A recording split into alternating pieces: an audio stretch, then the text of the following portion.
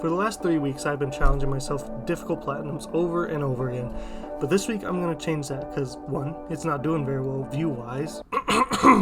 And 2, I'm currently working on a nice little behemoth of a video right now that's going to be going up next week, so be on the lookout for that. But that video got me thinking about something I personally feel like is taken granted for in a lot of games, but can also make or break an experience in certain games. Music. I could be the one to take you home. Late nights staring at you. Music has always been one of the most important things in my life, whether I realized it or not.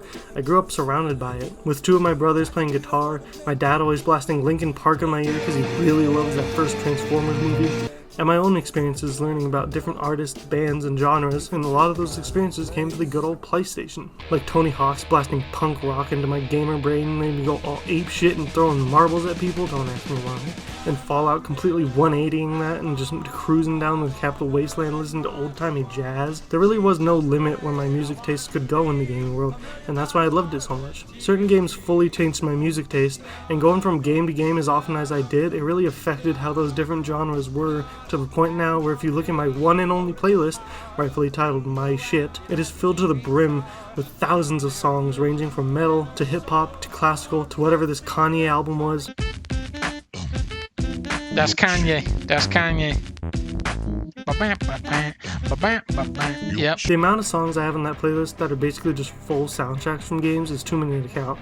Skate 3 with all of its insanely unique but fun songs, that even has a mode where the song changes depending on how you play the game, to the crazy amount of nostalgia I get from early 2000s rock because I played so much SmackDown vs. Raw, it rotted into my little dumpy brain as a kid to the point where now getting thrown through 6 layers of flaming barbed wire tables sounds like A-OK to me. But even the games where there isn't a straight up licensed soundtrack, they have incredibly immersive and thought out soundtracks, things that make you feel exactly what the game wants you to feel from incredible composers and original soundtracks. Elden Ring having some of the most unholy choir and orchestral sounds you'll ever hear while attempting to face the boss of your life and dying over and over and over and over. Red Rover, send good music on over. The Sims having one of the most bop-worthy music I've ever heard in my goddamn life, while you're just trying to make your sim look as awful as ever.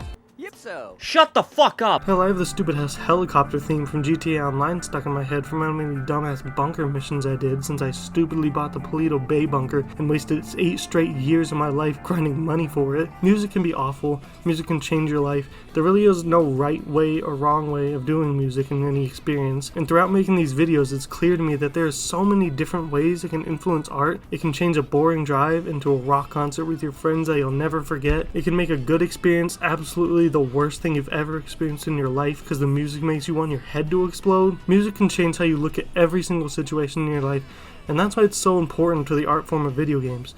I'll never forget some of my favorite soundtracks growing up, like the Fallout games, the Call of Duty menus, and my personal favorite soundtrack of all time, Bully. But I'll go more in depth on that very soon.